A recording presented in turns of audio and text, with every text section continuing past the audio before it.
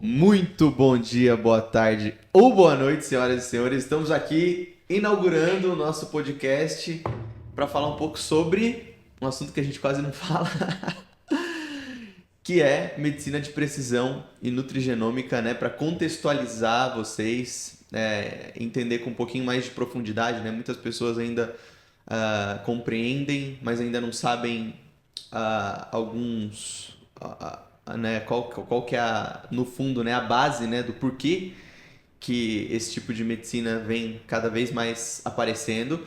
E também temos nossos convidados aqui, que na verdade não são convidados, porque eles já são da casa, o Gui e a Lara, onde a gente vai falar um pouquinho sobre o curso, né? Sobre o que a gente viveu lá no curso na Carolina do Norte, né? Enfim, né? E tudo, muitas novidades para você, sem esquecer, lógico, que o nosso moderador é o Mestre dos Magos e que ele vai estar acompanhando a gente durante toda essa jornada pela manhã. Bom, eu queria abrir, gente, falando sobre medicina de precisão, né? Então, por que ela nasceu, né? Na verdade, a medicina de precisão, gente, ela foi uma iniciativa do governo do Barack Obama, basicamente com o intuito de fazer, né? A gente sabe que ninguém é bonzinho, né? Totalmente. Obviamente que tem aí por trás um interesse muito financeiro, né, e econômico. Pensa que mais de 80%, né, dos americanos hoje tem algum tipo de doença crônica, né? Mais de 70% tem sobrepeso. Então, isso fez com que a gente tivesse que entender com mais profundidade as causas das doenças e também propor tratamentos que sejam um pouco mais precisos, né? Então, por que uma medicação funciona, né, num estudo ou numa pessoa de maneira eficiente e numa outra pessoa não funciona de maneira eficiente? Por que uma vitamina tem que ser usada numa dose mais alta no ser humano e em outro ser humano numa dose menor, né? E aí começa a nascer, né, esses estudos baseado nessas análises ômicas que a gente chama, né? Que é a metaboloma, que é o metaboloma, que é a genômica, que explica o porquê cada indivíduo é único, né? E por que a gente deve, né, criar tratamentos cada vez mais individualizados. Bem, a medicina de precisão, ela tem dois braços basicamente, né? Que é a nutrigenômica e a farmacogenômica, né? A gente evita ao máximo usar a farmacogenômica, porque quando a gente usa a farmacogenômica é um sinal que já existe um sinal, sintoma instalado ou uma doença já instalada, né? Acho que é incrível a gente usar a genética para ver qual remédio funciona direito, né, Gui? Com certeza, mas o ideal é a gente usar a genética para nos conhecer e evitar ao máximo utilizar medicações, que é isso que a gente faz na clínica, né? A base do tratamento nosso aqui é a nutrigenômica. E a gente foi num curso na Carolina do Norte, né, onde é a meca, né, do nutrigenômica, onde eles estudam a fundo isso, né? Eu mostrei para vocês uma universidade gigante. E aí eu queria que os nossos garotos falassem um pouco sobre o que vocês viveram no curso, né, de nutrigenômica, como foi, quais foram os insights, né? Teve muita coisa legal, gente, mas eu queria saber um pouco de vocês, começando com a Lara. De monte aprazível, galera. Monte aprazível para o My mundo. name. Cara, pra mim é o que eu falei pra você, assim, é incomparável o que a gente tá fazendo na medicina aqui no Brasil e o que tá lá, né? É uma evolução surreal, tipo, a gente não encontra essa medicina aqui, infelizmente. E querendo ou não, a gente vive numa bolha aqui. E estar lá deu muito mais segurança e a gente viu que a gente tá muito no caminho certo, que a gente já tá no futuro, né? O futuro nosso é o presente deles, né? O que eles fazem é o que a gente já tá fazendo aqui agora. Vanguarda, né? E eu acho que interessante, né, gente? Porque assim, muitas das coisas que eles aplicam lá em estudos, né? A gente já faz na prática há muito tempo, né? Então a conversa lá foi muito boa nesse sentido e impressionou muito os gringos, né? Porque eles ainda não conheciam, né, uma clínica, né, que unissem tudo isso, nutrição com medicina, com os exames, com profissionais aplicando tudo isso, né, utilizando ali a ciência, mas também, né, utilizando o que a gente tem de corpo clínico, né, de fazer ali o negócio acontecer, porque no final das contas vocês perceberam, né, o que eles fazem é algo muito por de trás da bancada ainda, né? Tem estudos clínicos, né, rolando, mas eles não têm um approach do paciente, né? Então isso muda muito, né, a visão e ajuda muito, né, a gente a ser os nossos... O paciente brinca que o paciente ele acaba sendo o nosso próprio experimento, né, ali. Exato. Chega um monte de brasileiro no curso falando um monte de coisa que eles estão conversando lá agora recentemente. E a gente já falando sobre aplicação de nutrigenética, aplicação da metabolômica, todo mundo fica tipo assim, cara, não acredito que eles estão fazendo isso no Brasil, sabe? E foi bem essa a sensação, a vibe que acho que a gente conseguiu captar lá, né? Exato, né? Quando eu tinha 10 anos de idade, e eu tava num shopping com a minha mãe, e aí ela falou, eu falei, mãe, eu quero esse brinquedo. Era um shopping de Sorocaba. E aí ela falou, não, depois a gente vem e compra. E aí eu usei aquele velho argumento, né, que todo mundo tinha. E eu queria porque todo mundo tinha. Daí ela falou, você não percebeu que você não é todo mundo? Hoje, com essas análises, a gente consegue entender realmente que a gente não é todo mundo. E eu queria que o Gui explicasse o porquê não é todo mundo, né? Quando a gente fala, por exemplo, de ômega 3, né? Que foi um assunto muito citado lá, né, Gui? Então, a gente sabe hoje que o ômega 3 é importante, né? Eu acho que é muito interessante isso, gente, porque assim... Existem estudos, né, que você vai perceber benefício do ômega 3 para determinadas patologias. Existem estudos nos quais você vai perceber que não tem efetividade o ômega 3 para determinadas patologias, como doenças autoimunes, como depressão e outras desordens psiquiátricas, como doença cardiovascular. Então, por que alguns estudos, Gui, eu queria que você me explicasse, por que alguns estudos o ômega 3 se mostra eficiente, e em outros estudos o ômega 3 não tem efeito nenhum? Por que isso acontece? Cara, isso é uma pergunta muito legal. Eu vou voltar um pouquinho para contextualizar a questão da medicina de precisão e por que isso é tão diferente do que a gente vive no Brasil atualmente, né? A gente vive muito a perspectiva da medicina baseada em evidência, que significa que só vai valer se tiver grandes estudos comprovando em grandes populações, em ensaios cegos, randomizados, triplos cegos. E assim, essa é a medicina que significa one size fits all, um tamanho para todo mundo, né? E aí a gente começa a perceber dentro do consultório que não é bem assim. Você prescreve um remédio para alguém e a pessoa fica mega bem, e para outra enlouquece aquela pessoa completamente, né? E aí o Barack Obama, lá quando ele estava abrindo o Obamacare dele, ele falou, cara, a gente precisa economizar grana em quimioterapia. Como faz isso? Vamos ver a genética das pessoas. E aí, depois disso os estudos começaram a render muito, tá? E agora, respondendo a pergunta do Pedro, a questão do ômega é muito top. Inclusive foi um dos estudos que mais chamou a atenção nossa lá na viagem. O Pedro fez um post sobre aquele bebezinho com capacete. É sobre esse que eu vou falar agora, vai lá dar uma olhada. Que é o seguinte, ó. O ômega 3, ele é um ácido graxo essencial. Então, isso todo mundo já sabe. Significa que se a gente não consumir aquilo da nossa dieta, não vem de lugar nenhum. A única forma de fazer isso endogenamente é a gente consumindo o ácido alfa-linoleico. Só que para a gente consumir o ácido alfa-linoleico e ele virar o ômega 3, o DHA, que é o que a gente está querendo, que os estudos mostram bastante evidência para melhora de questões cognitivas, melhoras de Alzheimer, enfim, né? Por que existe a discrepância? Por que às vezes funciona em alguns e às vezes não funciona? Aí tá a chavezinha da nutrigenética, da nutrigenômica. Existe um gene top que se chama FADS2, que a gente já faz a testagem dele aqui na clínica, que esse gene, ele é uma desaturase, ele codifica uma enzima que transforma o ácido alfa-linoleico em DHA. Algumas pessoas possuem alteração nesse gene em homozigose, os dois. Veio do pai e veio da mãe. E essas pessoas simplesmente não conseguem ativar o ácido alfa-linoleico em DHA e elas começam a ter problemas por conta disso. Exatamente. Então, gente, onde o Gui quer chegar, né? Algumas pessoas quando a gente vê, né, como são feitos, né, os estudos populacionais, eles são baseados numa estatística da média da população. Só que a média da população não é você, porque você possui características genéticas únicas que vai deixar o seu metabolismo mais ou menos eficiente de ômega 3. Só que aqui a gente está falando de um nutriente, que é um ácido graxo essencial, com ômega 3.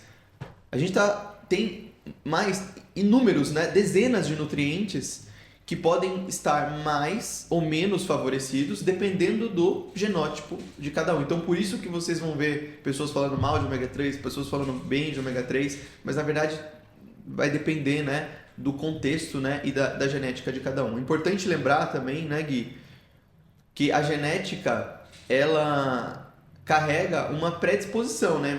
O paciente ele tem ali um genótipo desfavorável, como você falou, da FADS2, né, que é essa enzima que faz você ter menos ômega 3, né, entre aspas. Mas como faz pra gente avaliar se ele tem de fato menos ômega 3? Porque uma coisa é ele ter a genética. Às vezes eu estou consumindo muito peixe, estou suplementando muito ômega 3 e eu estou transpondo, né? Eu estou deixando esse gene insignificante por estar consumindo mais. Cara, essa é uma pergunta muito legal. A gente vai analisar. A gente pode avaliar sintoma daquele paciente, então vários sintomas neurológicos aí vão estar relacionados, até porque o DH é o ácido orgânico mais concentrado, ácido graxo mais concentrado no nosso cérebro. Então aí surgem sintomas de TDAH, sintomas de autismo, enfim. E existe uma forma técnica da gente dosar isso no sangue da pessoa, que daí já entram as análises metabolômicas, né? Que a gente vai lá no sangue da pessoa e descobre quanto ela tem de ômega 3, de ômega 6, então o anti-inflamatório e inflamatório, e qual é a relação desses dois ácidos dentro no sangue da pessoa. Inclusive, fundamental para quem deseja ter bebê, né? Quem está em estágio aí de fazer, né, pré-natal, quem está pensando em concepção, testar a quantidade de ômega 3 é fundamental, porque o bebê não vai perdoar. Ele vai puxar o que tiver de ômega 3 no teu sangue. Se tiver, ele vai desenvolver bem. Se ele não tiver, falta para os dois. Aí depois, a mãe fica lá com sintomas de depressão pós-parto, especialmente depois do segundo bebê, porque a gente não checou direitinho os níveis de ômega naquela pessoa. Ela está desnutrida, né? Muitos dos sintomas da mãe, né, no pós-parto, são causados por uma desnutrição severa, principalmente no terceiro trimestre, que é onde o bebê demanda uma maior carga nutricional, né? O exame que o Gui está falando, gente, chama-se análise de ômega 3 nas hemácias, né? Lembrando que a gente não consegue dosar ômega 3 no sangue, então não existe um laboratório que faça ômega 3, mas existem hoje exames específicos para entender o quanto está esse equilíbrio, né, de ômega 6 e ômega 3. Por que é tão importante ver esse equilíbrio, Gui, de ômega 6 e ômega 3? Como que é a dieta de hoje, como que isso influencia nesse equilíbrio? Cara, isso é muito legal. E aí eu vou falar pra vocês como funciona e eu vou falar depois do estudo do bebê também. Boa. Irado, tá. Vamos lá, a gente precisa... Existem dois ômegas que são essenciais, o ômega 3 e o ômega 6, tá? O ômega 6, ele é mega rico nesse estilo de dieta western que a gente tem, né? Que a gente come muitos processados, muito óleo de cozinha. Óleo de cozinha é a palavra, tá? Ele, então, o ômega 6 vem do óleo de cozinha, então a gente naturalmente tem bastante ômega 6 no nosso sangue, porque a gente comia em casa o arroz feito lá com óleo de soja, milho, canola, girassol e etc.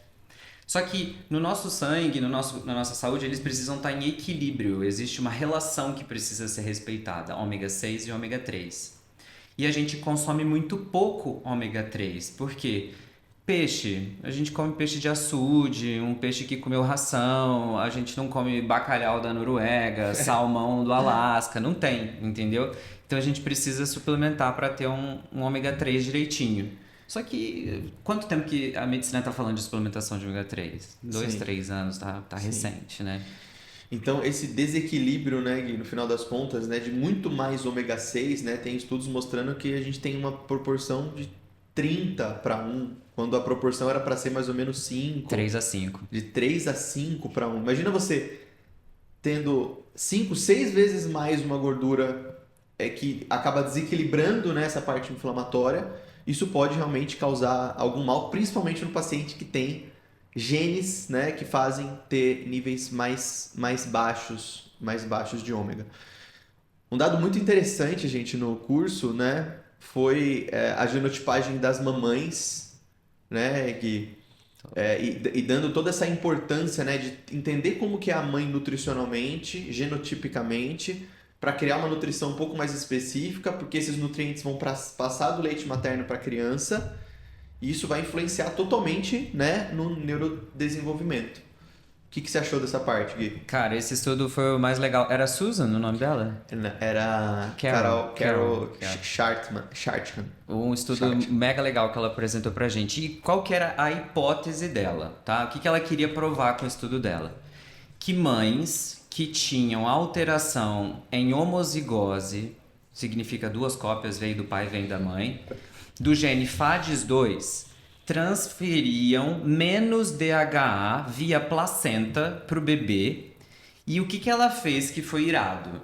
Ela decidiu depois testar a inteligência desses bebês para entender se eles realmente ficavam mais espertos ou menos espertos por conta do ômega 3, da alteração genética naquela mãe, tá? E aí o que ela fazia, né? Ela fez uma testagem genética grande, o grupo tinha 71 pessoas, e aí testou todo mundo. Depois disso, né, depois que ela fez o teste genético e os bebês nasceram, ela começou a fazer testes de inteligência nesses bebês quase todos os meses até chegar a uma idade específica. E ela conseguiu, através das análises delas, que levavam em consideração algumas brincadeiras e até eletroencefalograma, que é a toquinha do bebê, que os bebês de mães que tinham alteração no gene da FADS2 ficavam menos inteligentes. Havia uma redução da memória declarativa daquele bebê. O que significa isso? Significa que ele não conseguia lembrar da brincadeira que ele tinha feito 2 meses atrás. Precisavam meio que explicar para o bebê de novo, mostrar para o bebê de novo passo a passo. E essa alteração foi significativa estatisticamente, né, um p-valor bem pequenininho, significando que as mães que tinham o genótipo em homozigose tinham bebês menos espertinhos. Só isso. Então, olha, num período na vida, né, Gui, onde é crucial a gente ter nutriente, porque vai determinar a saúde mental, pode determinar a saúde mental do futuro desse bebê, né? Então, uma outra hipótese, né, que foi jogada, caramba, e esse monte, né, essa pandemia que a gente está tendo de TDAH, de autismo, etc. Será que ele também não tem um fundo nutrigenômico, nutricional, e que talvez num futuro breve, né, a gente não pode estar arrumando, né, com uma engenharia nutrigenética, nutrigenômica, entendendo essas mães e colocando, né, esses nutrientes em doses maiores ou doses menores? Então talvez esse seja o futuro, né, do tratamento. Na verdade é o presente, né? Ainda tem muitas coisas para serem esclarecidas, mas sem dúvida muito interessante o estudo da Chart. Inclusive da colina também, né? Que eles trouxeram nessa mesma questão de as mães, né, grávidas que tinham, né, que tem polimorfismo na pente, que é um gene que estimula essa conversão da colina, os bebês tiveram menor neurodesenvolvimento também. Mas o que é colina? Colina para mim é uma montanha pequena. E para 99% das pessoas também. Colina, vitamina B8. A colina, ela precisa, então, desse gene, né, dessa pente, para ter a conversão, tanto em acetilcolina, que é um neurotransmissor, que aí tem impacto em memória, concentração, atenção, e também na conversão em fosfatidilcolina, que é como se fosse uma proteção que a gente tem lá no nosso fígado. Inclusive, até na primeira aula do curso, eles mostraram um estudo bem legal, que eles compararam mulheres na pré-menopausa e mulheres na pós-menopausa, fizeram essa genotipagem, e o estrogênio, né, um dos hormônios da mulher, que ele tá mais alto aí na pré-menopausa, né, ele tem impacto direto, ele estimula essa pente. Então, nas mulheres pré-menopausa, tiveram mais ou menos 30%, 40% de esteatose, quando a gente fez uma dieta restrita de colina nessas pacientes que tinham alteração em pente. Nas mulheres pós-menopausa, chegou a 80% o nível de esteatose, porque elas já não têm o estrogênio, já tem polimorfismo em pente e ainda estavam numa dieta restrita com colina. Então, Olha que interessante, gente. A colina, né, é uma neurovitamina, né, a gente pode falar assim, que basicamente ela é matéria-prima, né, para produzir acetilcolina, que é um neurotransmissor que melhora a força, né, neurônio motor, melhora a concentração, Memória. foco, Cognição. memória, né? E existe um gene chamado PENT. O que esse gene faz lá? Faz essa conversão da colina, e tanto em acetilcolina, que é neurotransmissor, quanto fosfatidilcolina lá no fígado. Exatamente. E a fosfatidilcolina ela está na membrana de todas as células. Então pensa que uma célula com menos fosfatidilcolina, essa membrana, ela fica menos fluida, vamos dizer assim.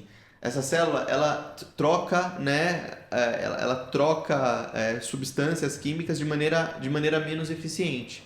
Então isso, obviamente, num neurônio vai fazer com que, né, possa prejudicar ali, né, enfim, equilíbrio de neurotransmissor e tudo mais. Por isso que a colina também foi muito estudada, né, e foi muito falada, né, no curso em relação tanto à saúde mental, né, como também à proteção do fígado, porque mais ou menos quantos por cento lá, você lembra? Foi 40, tô anotando aqui.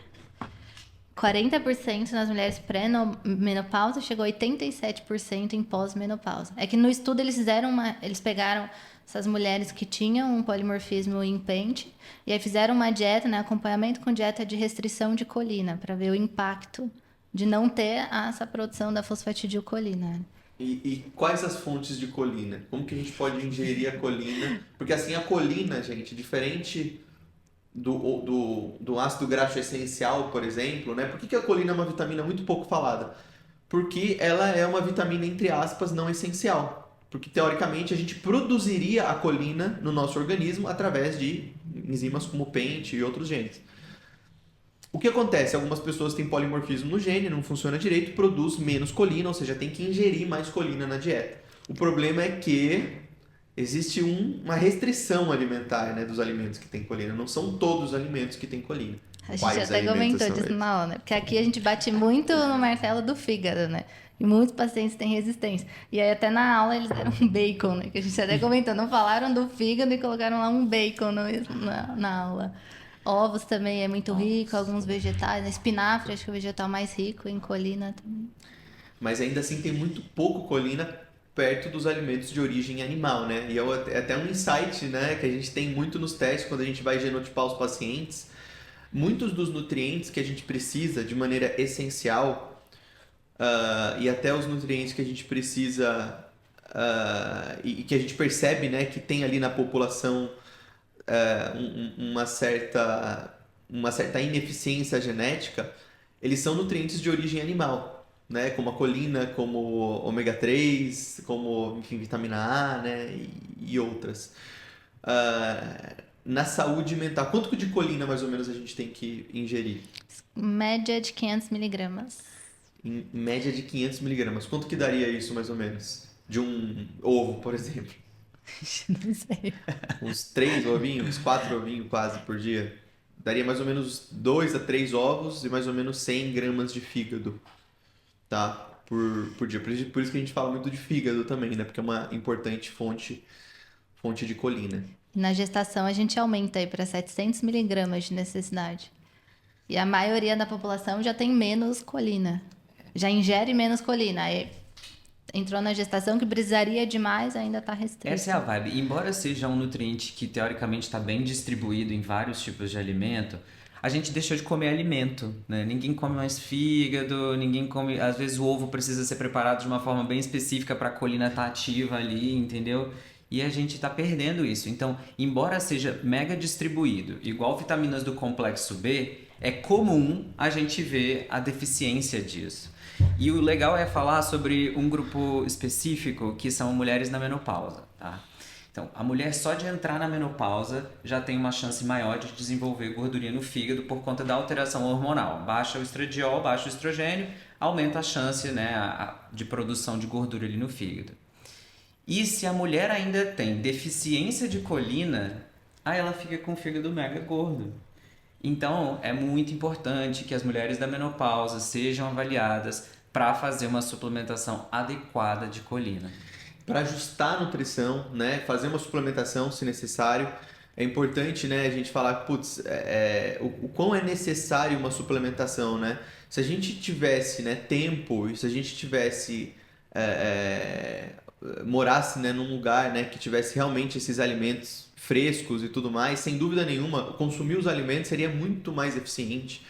Mas hoje a gente tem alguns suplementos que suprem, né, e que em estudos clínicos eles mostram a mesma eficiência. Então, na guerra espiritual que a gente está aqui na cidade, acaba sendo um grande artifício, né? Em Sunday não tem colina, né? Em Sunday, é verdade, parece que não, eu preciso confirmar depois, mas parece que no Sunday não tem colina mesmo. O que mais, Gui? Sobre colina ou vamos falar de cerveja? Vamos pular para a cerveja? Então, quais eram os tópicos de hoje, né, gente? Medicina de precisão, o que é, né? Contextualizar, né, esse momento que a gente está vivendo na medicina, de começar a individualizar cada vez mais os tratamentos, utilizando essas análises ômicas, né? Então, metabolômica, a genômica, né? Cada indivíduo é único, né? Cada tratamento precisa ser único, né? Como que o Gui falou, não é mais... Um tamanho serve para todo mundo. Um tamanho não serve para todo mundo, né? Então, cada um vai ter um tamanho diferente, a gente tem que entender agora, né? Como isso funciona. Depois a gente falou um pouco sobre o ômega 3, por que algumas pessoas precisam muito, né? Principalmente em algumas etapas da vida, né? Como no final e no início, né? Ali desde o período intrauterino até na amamentação. Falamos um pouco de colina, né? A Lara falou um pouco do PENT, que é um gene, né? Que codifica uma enzima responsável por fazer com que essa colina se transforme, né? Nesses importantes subprodutos. O Gui falou da importância da colina no fígado, né, também, né? Para quem não sabe, quem aí já ouviu falar do Epocler? É verdade. Tem colina lá. E tem betaína também. Tá vendo só? Verdade. Olha só que insight maravilhoso. Todo mundo, você que já teve a sua ressaca de domingo, você já tomou o Epocler, então sem querer você já estava tomando sua suplementação de colina. Então, o Epocler faz bem para quê? Para regenerar o fígado, né? Uma fonte ali de colina que vai fazer a membrana ali do fígado, enfim, se restaurar. E é basicamente o que a gente está falando aqui, né? Existem inúmeras formas de colina, tá, gente? Não é uma ideia agora, mas para mostrarem para vocês como funciona. Mas importantíssimo, né, a gente falar sobre colina e fígado, né? Porque algumas pessoas vão ter esteatose hepática, principalmente mulheres, na menopausa, porque o estrogênio, né, ele ajuda, ele fala pro gênio, funciona aí direito. Estimula. E alguns pacientes deixam essa resposta à colina menos eficiente, essa resposta ao estrogênio do PENT menos eficiente e faz ele produzir menos fosfatidilcolina, acetilcolina. Valorizando agora o Epocler, então, né? Zerando os estoques da farmácia. Make Epocler great again. Again, é verdade. Bom, a gente vai falar agora sobre um caso muito interessante para a gente terminar esse primeiro episódio. Eu queria que a Lara falasse um pouco sobre o caso, né, que a Trujillo apresentou, né? A Trujillo é uma pesquisadora da Universidade da Carolina do Norte que esteve conosco, né? Nos outros anos que eu fui, era o Martin Kohlmeier, o presidente, né, da associação, só que ele se aposentou. E esse ano, quem parece que está assumindo toda a parte nutrigenômica de lá é a Trujillo, que é uma pesquisadora incrível mesmo.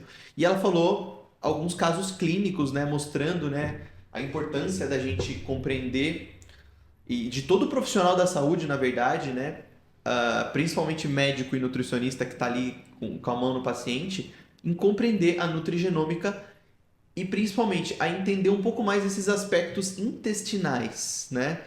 Lara, conta pra gente o caso, né, que ela contou sobre o paciente que ficava bêbado, por incrível que pareça, ele ficava bêbado sem ingerir uma gota de álcool. Era uma mulher de 55 anos, tinha alguns sintomas gastrointestinais mais inespecíficos, né? Tinha um quadro de diabetes, né? Tinha algumas doenças de base. E ela começou com sintomas, né, que a gente chama de red flags, né? Que ela começou com dor de cabeça, tontura, alguns sintomas mais importantes e bem fortes, né? E chegou aí no hospital, e aí no hospital fizeram tomografia, vários exames, não tinha nada. E ela foi liberada, né, para casa, depois voltou, continuava com esses mesmos sintomas. E aí foram fazer um geralzão em exame de sangue e ela tinha álcool sanguíneo aumentado. E aí começa aquela discussão, você tá bebendo? Não, não tô bebendo, tá bebendo? Não tô bebendo. Chamaram a irmã dela pra irmã falar que ela não era alcoólatra. Exato, e o Gui você até achou, né? Tem vários noticiários disso, de episódios desses pacientes falando, não bebi e tem esse álcool aumentado. Digita aí agora na internet Auto Brewery Syndrome, que significa síndrome da cervejaria, tá?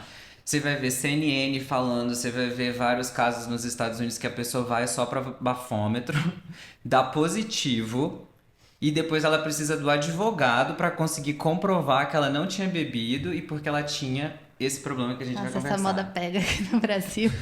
Essa moda pega, lascou. Ó, esse vídeo aí, ó, você que é cachaceiro pode sair, não precisa mais assistir. Quer falar no fundo? Quer? Fala. Beleza, tá.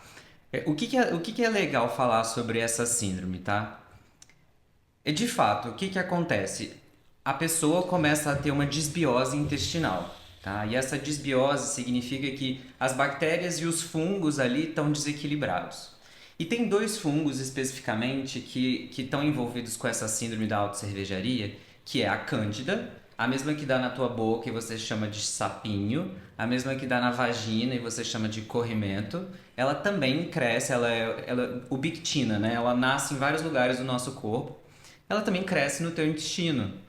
Só que ali no intestino, ela, para crescer e causar doenças, ela precisa estar influenciada, tá? Por uma dieta ruim, que é o que a gente vive atualmente, dieta com alta quantidade de carboidrato refinado. Você deixa uma panela de arroz em cima do teu fogão, viaja, 3 dias depois, volta. O que tem no arroz? Um monte de bolor, porque fungo adora esses carboidratos refinados que a gente come.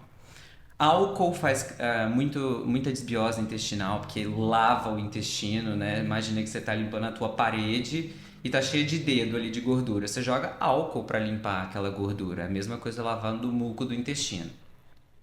Antibióticos, aí especialmente amoxicilina. Que mulher que nunca tomou amoxicilina, 15 dias depois, cândida na vagina, tá? Cefalexina também. E aí tem algumas causas genéticas que a gente achou mega irado, essa questão da genética estar influenciando. É um gene que o Pedro adora ficar falando dele, que é o gene FUT2, a gente já vai falar mais sobre ele. Mas quando você tem todas essas coisas acontecendo, esses fatores de risco, né, e consome muito carboidrato, você pode estar desenvolvendo essa síndrome da autocervejaria, produzindo muito álcool no teu intestino. Inclusive já tem relato de morte por conta disso já, tá? Caramba. E aí você começa a ter sintomas, né? Então vamos pensar, uma pessoa que está com cachaça na cabeça, como que ela funciona? A fala dela é meio zoada, ela tenta falar as coisas e as coisas não fazem muito sentido. Só uma coisa, Gui, como que isso acontece, né? Por que a candidíase intestinal em algumas pessoas ela pode, né, dar esses sintomas, né, e até dosar o álcool no sangue, né, porque ela dosou o álcool no sangue e veio com álcool aumentado, né, não sei se ela dosou álcool acetaldeído, não sei, mas enfim, tava aparecendo lá que ela tinha bebido. O que a cândida faz para produzir essas substâncias? Cara, a cândida tem um metabolismo carboidrato e ela pega aquele carboidrato e fermenta ele, tá? E aí, após a fermentação do carboidrato, são produzidos alguns tipos diferentes de álcoois, né? Entre eles o etanol, e a gente também dosa alguns outros aqui na clínica, por isso que o caso nem foi tão novidade pra gente lá, que é o D-arabinitol. Entendeu? Exatamente, gente. A cândida, ela fermenta e sim produz álcool. Produz álcool. Então, algumas pessoas têm uma maquininha no intestino de produzir álcool e ficam literalmente bêbadas depois de consumir alguns tipos de alimento, principalmente esses alimentos que influenciam na população, né, da Cândida, principalmente açúcar, né, que é o que mais faz fermentar. E o que você ia falar, Gui? Eu ia falar dos sintomas de cachaça na cabeça. Ah, Que é o quê? Dificuldade de falar. Você tenta terminar uma frase e não consegue, as palavras ficam meio faltando. Você quer andar, você não consegue andar em linha reta, você fica meio tonto, meio zonzo, fica meio esquecido também. Só que podem surgir sintomas gastrointestinais, que são relacionados com distensão abdominal, gases, eructação, arrotos e a dor, tá? Então, se você tem sintomas neurológicos, com esses sintomas intestinais, você não sabe o que está acontecendo, já foi no médico, está tudo normal, vale a pena investigar Cândida no teu intestino, porque na nossa prática clínica aqui, fazendo teste de microbiota, fazendo teste de metabolômica, a gente pega com frequência. E até, gente, para quem não tem financeiramente ou não tem um médico, né, que acompanha, mora longe, enfim, não tem ali estrutura para avaliar esses exames, existe um exame chamado pesquisa de fungo nas fezes, que ele já pode ajudar muito. Não chega a ser um exame de microbioma, né, onde a gente avalia mais bactérias, mas é um exame barato, simples, e que já avalia ali hifa, fungos, né? E que já pode dar uma bela noção, né? Mas a gente já avisa. Às vezes esses exames vêm falso negativos. O paciente tem muitas vezes cândida no intestino e o diagnóstico acaba sendo muito mais clínico. Então, um paciente com uma dermatite, às vezes com uma psoríase mais atacada, um paciente com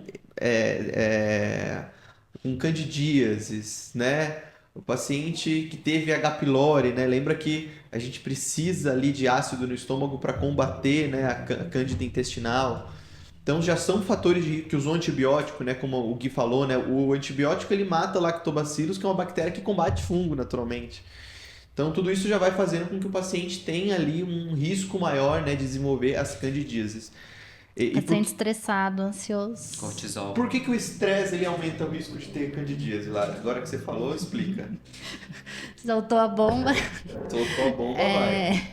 Então, quando a gente tá muito estressado, tá ansioso, esse cortisol lá em cima, né? A gente ativa um sistema nervoso simpático. Então, a gente fica naquele estado de alerta, né? Que é o estado de luta e fuga. E a hora que a gente tá em alerta, nosso corpo entende. Vamos deixar toda a energia focar nessa parte cerebral. Deixar esse sistema em alerta e a gente inibe várias outras funções. E uma delas é o nervo vago, né? Então, a gente inibe o processo digestivo. Porque o corpo entende, não precisa fazer digestão. A gente vai deixar esse indivíduo em alerta a nível cerebral.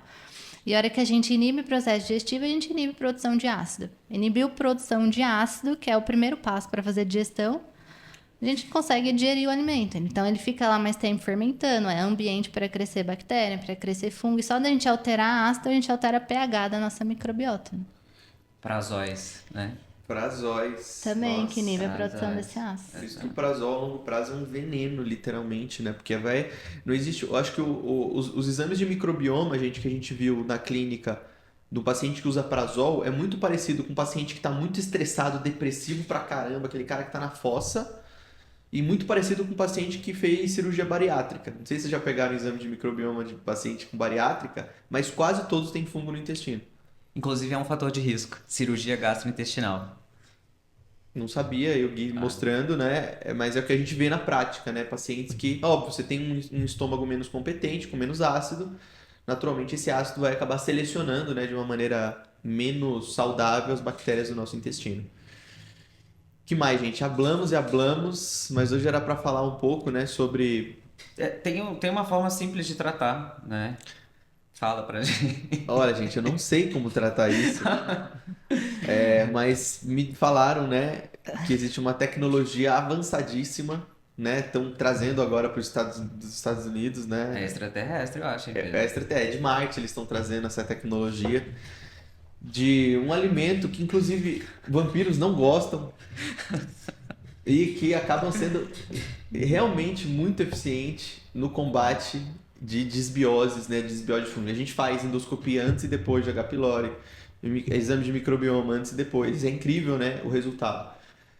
Mas por que o alho, como que o alho funciona?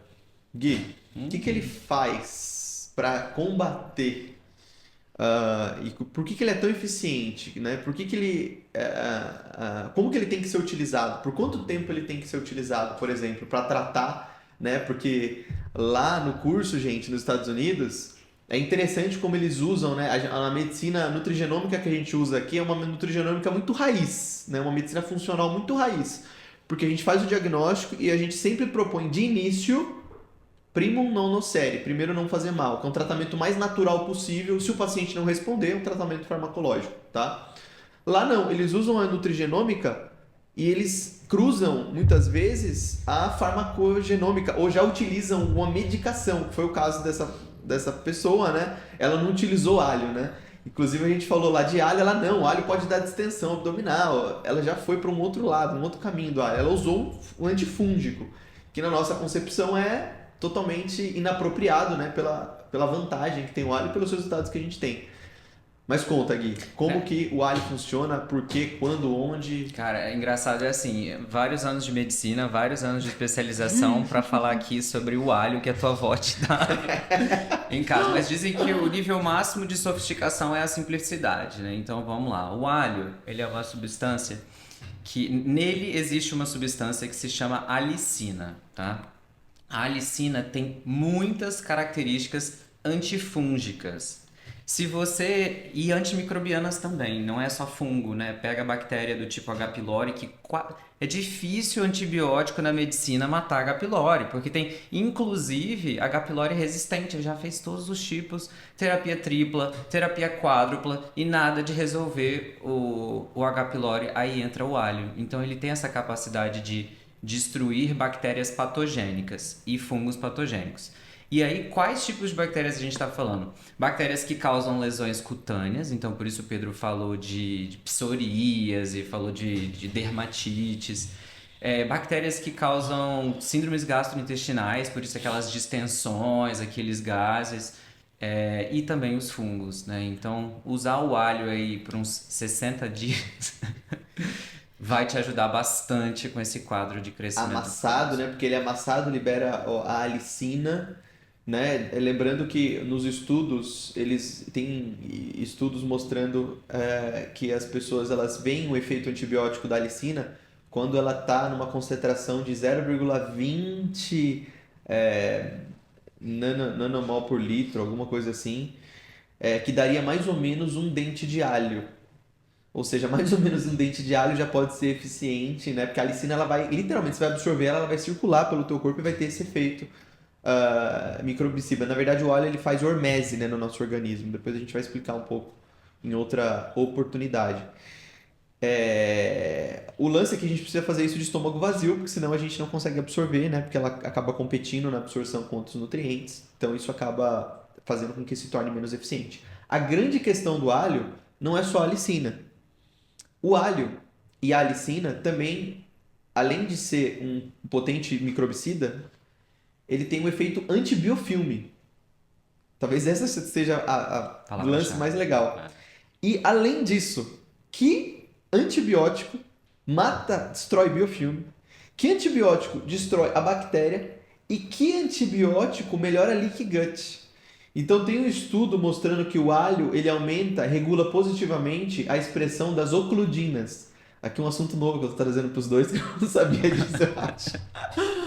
Mas o alho ele faz com que o intestino ele fique mais fechadinho, né? Ele ajude, né, no leaky gut, na permeabilidade intestinal. Por isso que muitos pacientes que têm síndrome do intestino irritável, que têm desordens intestinais e que impactam na saúde mental, depois de utilizar o alho, depois de algum tempo, eles se referem melhor. Nossa, meu humor tá melhor. Nossa, por quê? Naturalmente ele está melhorando neuroinflamação por inúmeras vias, como essa intestinal.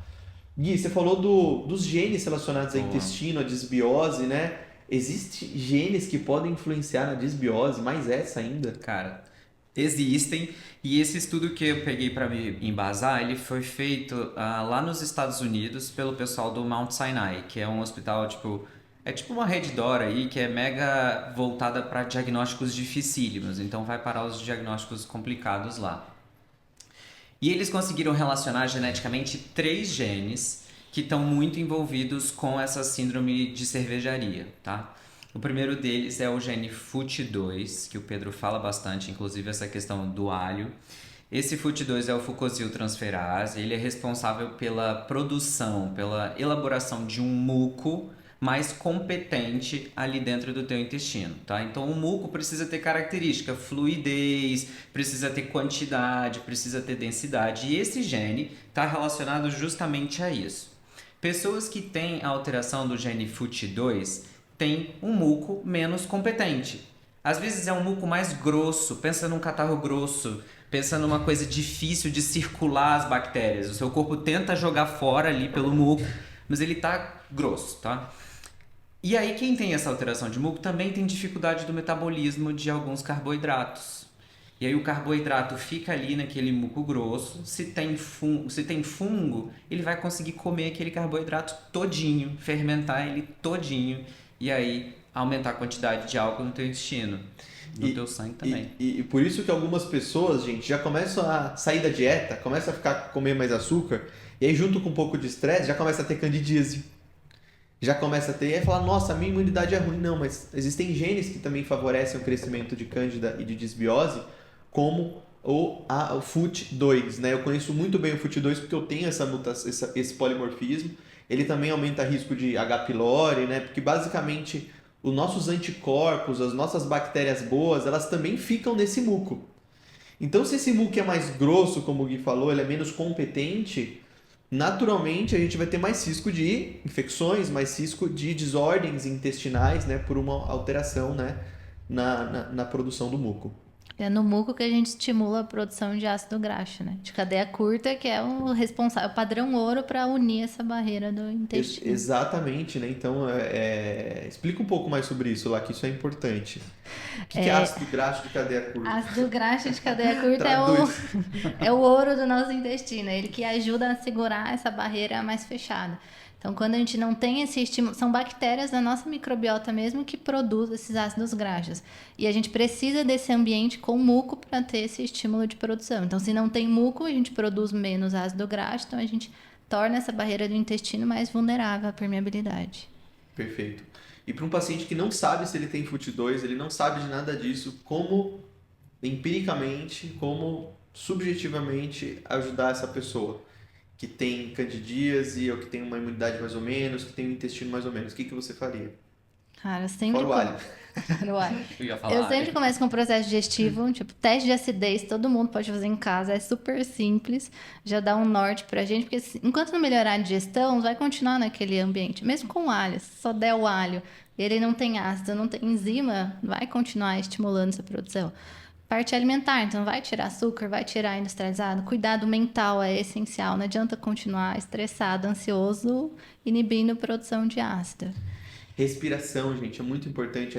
Respiração, tem um estudo mostrando que uma inspiração só, ela já aumenta o tônus do nervo vago. É parasimpático. Que é o parasimpático, que vai melhorar a produção de muco, de ácido no estômago. Então eu vejo as pessoas, né, elas vêm na consulta com uma respiração muito curta, né?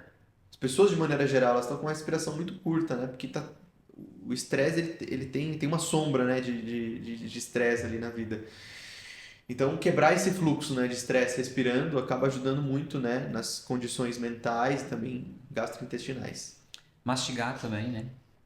Falou muito bem lembrado. Não adianta comer vendo Netflix, respondendo no WhatsApp ou mexendo no Instagram. Você não vai ter nem estímulo de saciedade, não vai parar de comer. E não vai mastigar. Aí chega no intestino com os alimentos todos grandes, vai fermentar, vai ficar um tempo. Mastigação também é estímulo para a produção de ácido. Perfeito.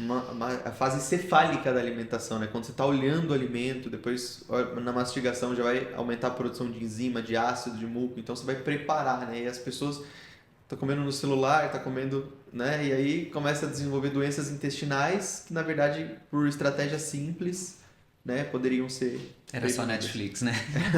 É o famoso básico que ninguém faz, né? Ninguém quer fazer, né? Você fala para o paciente mastigar, tá nem aí para mastigação. Já era. Gente, e aí, mais alguma coisa a declarar? A declarar, cara, essa é a medicina do futuro mesmo. É olhar para a sua individualidade. Não existe um tratamento igual para todo mundo que vai funcionar para todo mundo. Essa é a medicina 2.0. A gente já está na medicina 3.0 agora, que é olhar para a sua individualidade, olhar para você como sendo um ser único, e aí tá a beleza da medicina. Perfeito. Muito bom. Gratidão pela troca de ideias. E, Lara, últimas palavras? É um monte aprazível. Um monte aprazível para o mundo. É isso, estamos no caminho certo. Gente, eu queria agradecer ao Gui e à Lara, que são dois médicos incríveis, que é difícil a gente ter hoje um médico que seja humano, né, e que esteja ali sempre buscando se aprimorar, sempre buscando evoluir, né, e que aplique, né, principalmente o que ele fala, né, porque é o que eu sempre falo, pessoas saudáveis podem deixar outras pessoas saudáveis, né, o processo de cura ele começa dentro da gente, e são pessoas que eles buscam as suas curas, né, então isso é muito importante num contexto médico. Então eu queria agradecer vocês pela parceria A gente que agradece. e falar que a gente está chegando no fim, né, da nossa primeira conversa, incrível, foi muito, muito legal, muito melhor, né, do que eu achei até, muitas coisas novas, né, e espero vocês para um papo na próxima semana.